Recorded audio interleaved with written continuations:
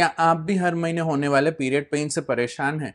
तो चलिए आज के वीडियो में अपन जानते हैं कि ये पीरियड पेन क्यों होता है, इसे कम करने के लिए कुछ घरेलू उपाय, इससे जुड़े हुए कुछ मिथ्स और कब आपको डॉक्टर से मिलना चाहिए, ये अपन इस वीडियो में जानेंगे।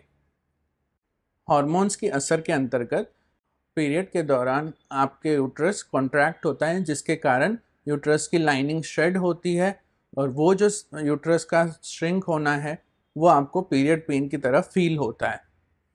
ये एक नेचुरल प्रोसेस है। अगर इसके पीछे कोई कारण नहीं है तो इसे हम मेडिकल टर्मिनोलॉजी में प्राइमरी डिस्मेनोरिया कहते हैं।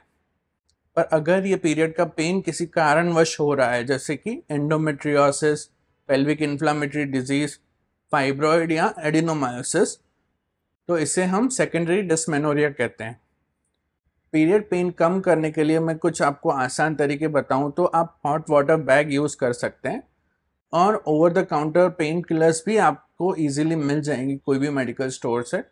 पीरियड पेन से जुड़े कुछ मिथ्स ऐसे हैं कि पीरियड का पेन होना ही चाहिए और अगर नहीं होता है तो आपका बॉडी क्लीन नहीं होता है।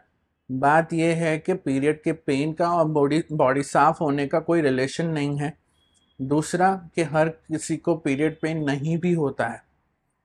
दूसरा मिथ पीरियड पेन से रिलेटेड ये है कि शादी के बाद पीरियड का पेन खत्म हो जाएगा, पर सच्चाई ये है कि पीरियड का पेन और शादी कोई रिलेटेड नहीं है। अब अपन जानेंगे कि आपको कब डॉक्टर से मिलना चाहिए। जब आपका पीरियड का पेन असहनीय हो जाए। दूसरा, जब ये पीरियड का पेन हर महीने ग्रेजुअली बढ़ता जा रहा हो।